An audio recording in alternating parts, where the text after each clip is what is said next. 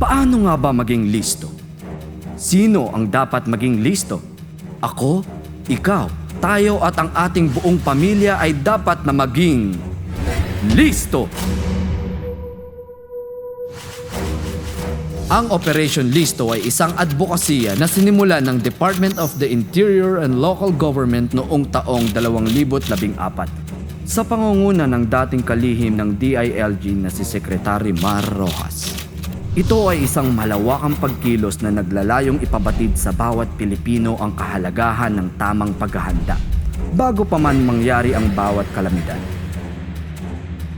Ibinabahagi rin nito ang kaalaman sa tamang aksyon kung sakaling maharap sa alinmang sakuna.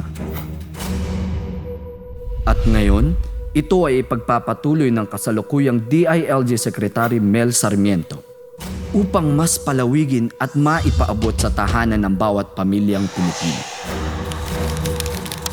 Gumawa ang DILG, katuwang ang DSWD ng pang-edukasyong material na magbibigay impormasyon sa bawat pamilyang Pilipino upang maging handa bago pa man dumating ang mga sakuna.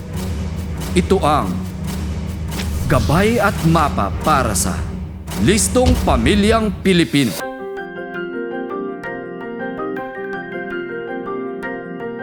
Listo na si Mayor, listo na ang mga kabataan, listo na ang iba't ibang sektor ng lipunan. Dapat, listo ka na rin at ang iyong pamilya. Pero paano nga ba maging listo? Halina at sabay-sabay natin pag-aralan kung paano gagawin ito. Ang listo ay binubuo ng tatlong mahahalagang katangian. Ang unang katangian, maaga. Ang pamilyang listo ay maagap kung alam nila ang mga karaniwang bagay na kailangang gawin bago dumating ang sakuna. Marunong magplano ang pamilyang listo. 2 o 3 beses sa isang buwan, kinaugalian na nila ang mag-usap tungkol sa kalamidad at makibalita kung mayroon mang paparating. Mayroon din silang e-balde o emergency balde. Ito ay naglalaman ng maliliit ngunit mahalagang bagay katulad ng mga dokumento at mga kagamitang makatutulong sa kaligtasan sa oras ng sakuna. Nakikiisa ang pamilyang listo sa mga gawaing pangkomunidad kagaya ng community evacuation drills. Inaalam nila kung paano tutugon si nanay, si tatay, si ate at si kuya, maging ang iba pang miyembro ng pamilya pagdating ng sakuna.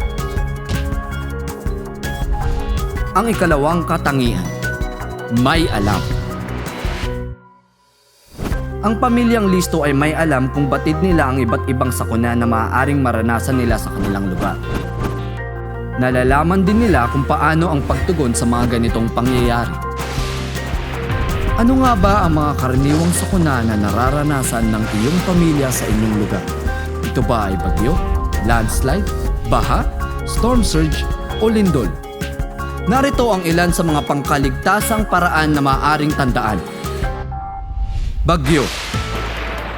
Ugaliing makinig sa radyo, manood ng TV, o magbasa sa internet at iba pang media channels na nag-aanunsyo tungkol sa public storm warning signals.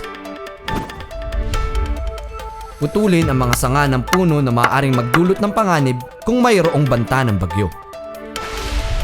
Huwag pumalaot o maglayag sa dagat kung may babala ng masamang panahon. Huwag subukang tumawid sa rumaragasang tubig ng ilog, humanap ng mas ligtas na ruta o manatili sa isang ligtas na lugar hanggang sa humupa ang malakas na agos nito. Kapag mayroong banta ng bagyo, lumikas kung ipinag-uutos ito ng lokal na pamahalaan. Kung walang anunsyo ng paglikas, manatili lamang sa loob ng bahay kung malakas na ang hangin at ulan upang maging ligtas.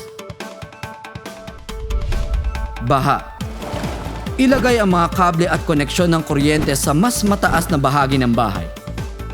Siguruhin na walang bara ang inyong mga kanal upang hindi maging sanhi ng pagtaas ng tubig. Magtayo ng flood walls at sandbag kung kinakailangan.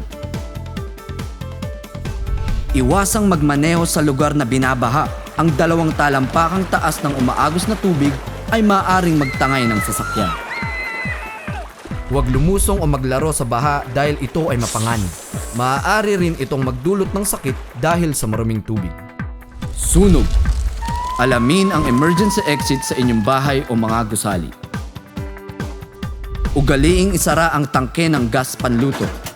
Hugutin ang mga nakasaksak na appliances kung hindi ito ginagamit. Pag-aralan ang paggamit ng fire extinguishers.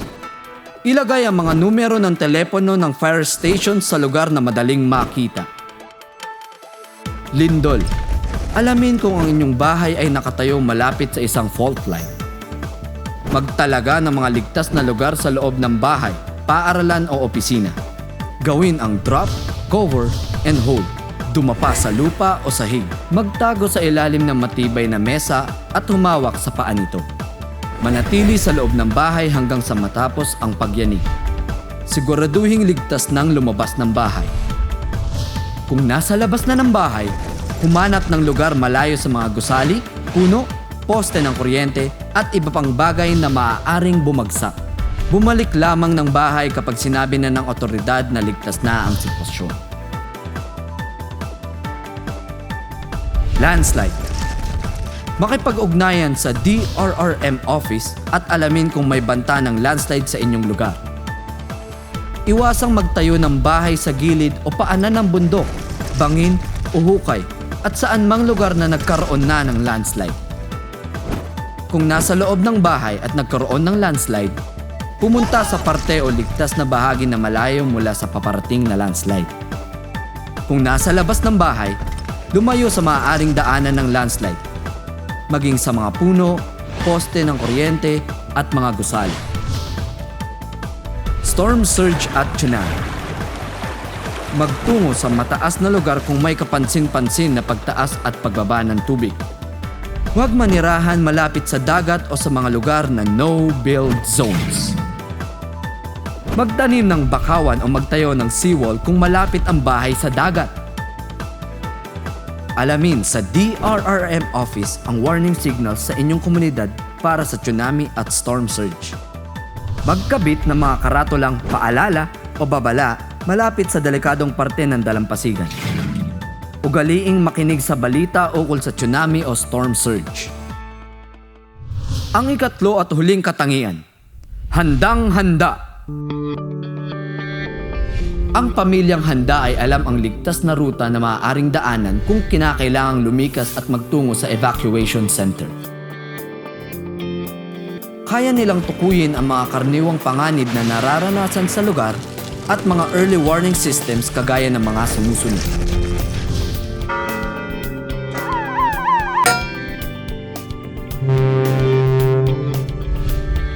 May mga tungkuling ginagampanan ang bawat miyembro ng pamilya sa paghahanda.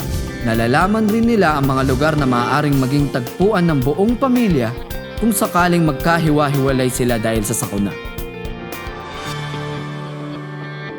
Ang pamilya mo ba ay maagap, may alam, at handang-handa? Buksan na ang inyong gabay at mapa. Sabay-sabay tayong magplano at maging listo! Listo ka! Listo ako! Listo dapat ang pamilyang Pilipino. Maging handa sa anumang hamon. Maging listo! Ngayon!